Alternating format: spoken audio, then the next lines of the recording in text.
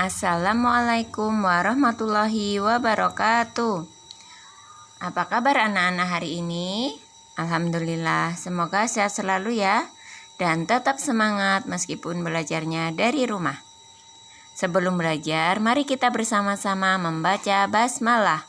Bismillahirrahmanirrahim.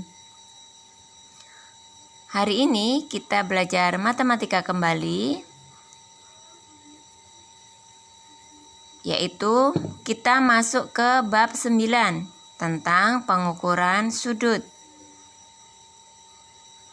Di buku paket ada di halaman 165.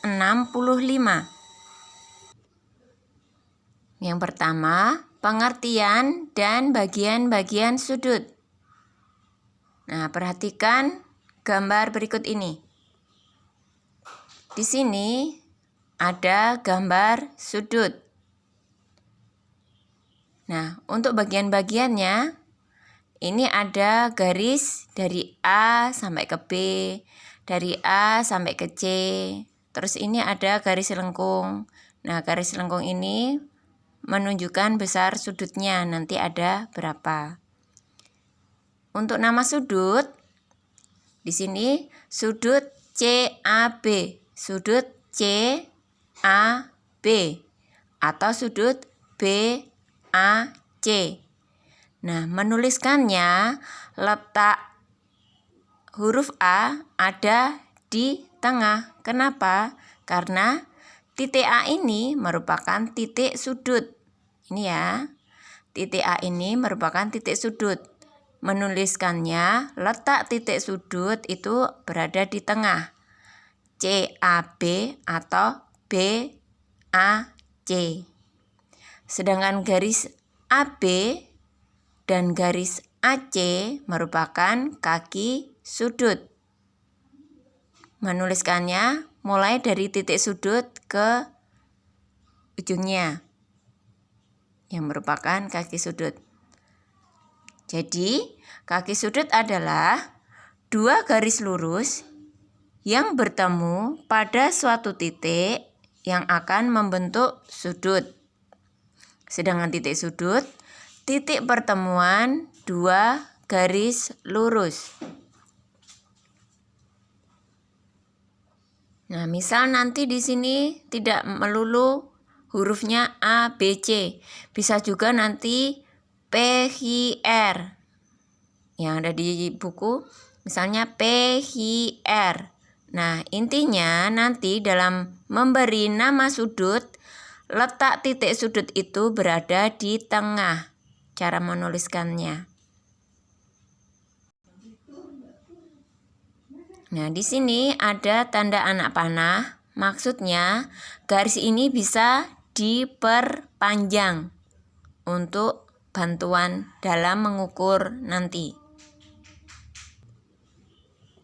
Sebelum belajar mengukur sudut menggunakan busur derajat, kita kenali dulu bagian-bagian dari busur derajat tersebut. Pengukuran besar sudut dengan satuan baku. Satuan baku maksudnya menggunakan busur derajat ini. Sekarang perhatikan angka-angka yang ada di bagian sini. Nah, ini terdapat dua baris angka ya. Ini yang pertama dan di sini yang kedua. Nah, perhatikan dulu yang bagian sini. Yang di sebelah kiri. Di sini dari 0, 10, 20, 30 sampai 180. Nah, ini nolnya ada di sebelah kiri. Kemudian perhatikan juga angka-angka yang ada di bawahnya. Nah, di sini kalau di sebelah kiri angkanya 180. Yang di sebelah kanan angkanya 0. Untuk yang dalam sini ya, atau baris yang kedua. Jadi ini dari 0, 10, 20, 30, 40 dan seterusnya sampai 180. Nah, di sini ada fungsinya masing-masing, fungsinya sama. Nah, di sini ingat, kalau yang skala luar ini angka nolnya, 0 derajatnya berada di sebelah kiri. Sedangkan yang skala dalam, angka nolnya ada di sebelah kanan. Kemudian di sini tepi skala. Nah, titik ini di sini ya, titik pusat busur derajat. Sedangkan garis ini, garis lurus ini, garis alas busur derajat.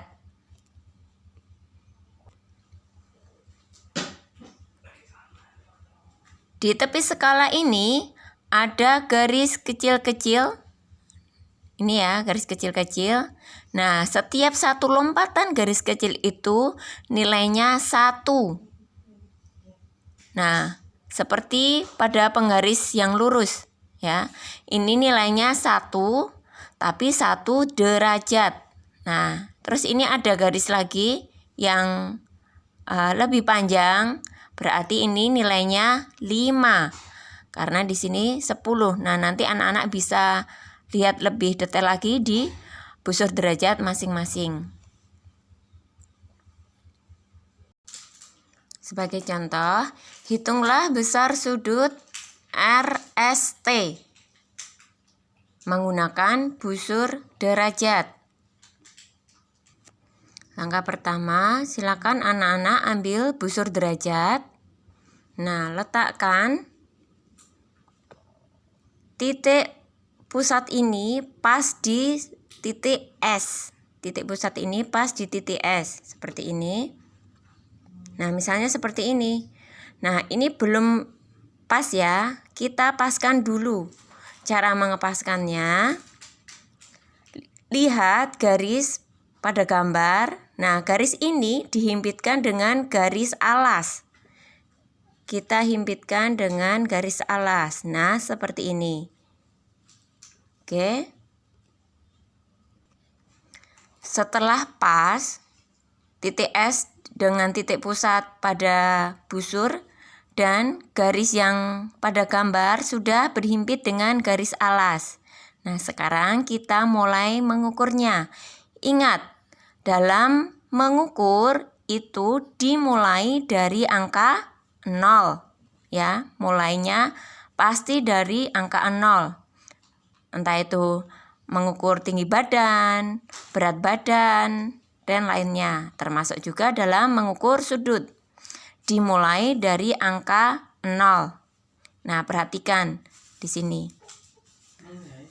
Maka kita menggunakan skala yang luar karena nolnya berada di sebelah kiri.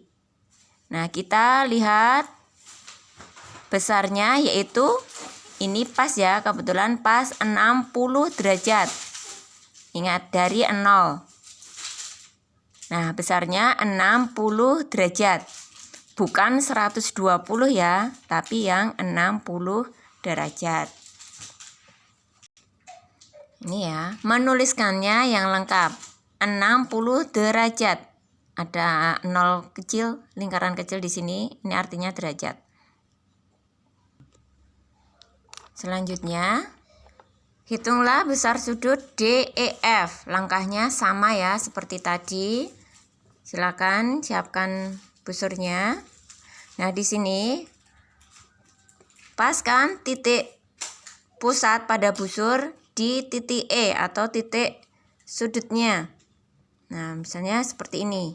Nah, ini belum pas ya. Kita paskan dulu garis EF berhimpit dengan garis 0. Garis alas sampai pas di sininya. Di nolnya. Nah, kalau sudah, nah kita lihat. Di sini berarti kita menggunakan skala yang dalam. Karena ini nolnya ada di dalam sini, pas di yang berhimpit.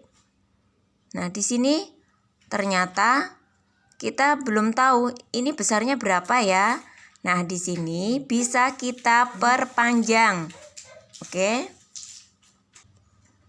Cara memperpanjangnya, silakan bisa menggunakan penggaris.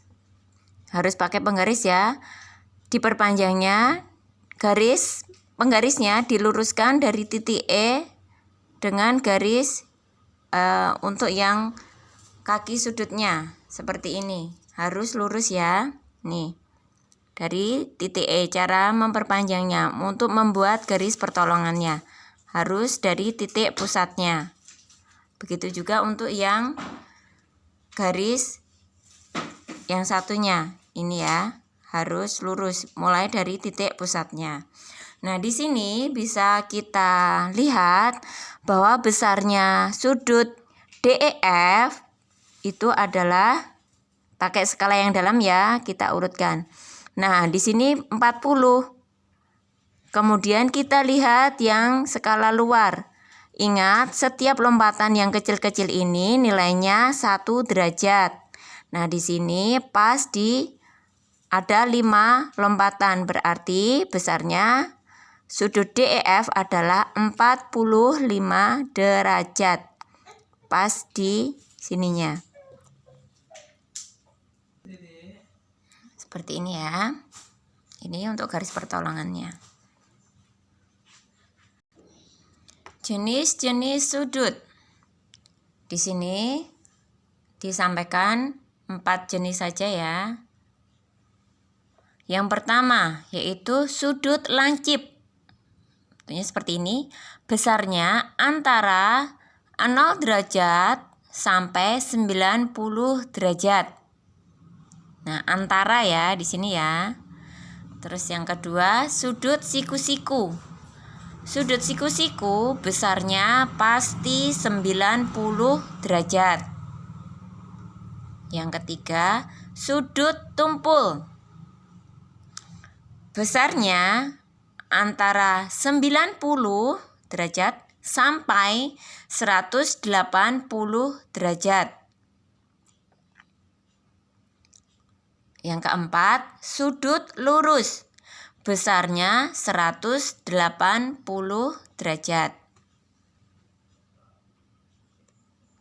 Untuk latihannya, buku paket halaman 169, latihan 1, nomornya 1, 2, dan 4.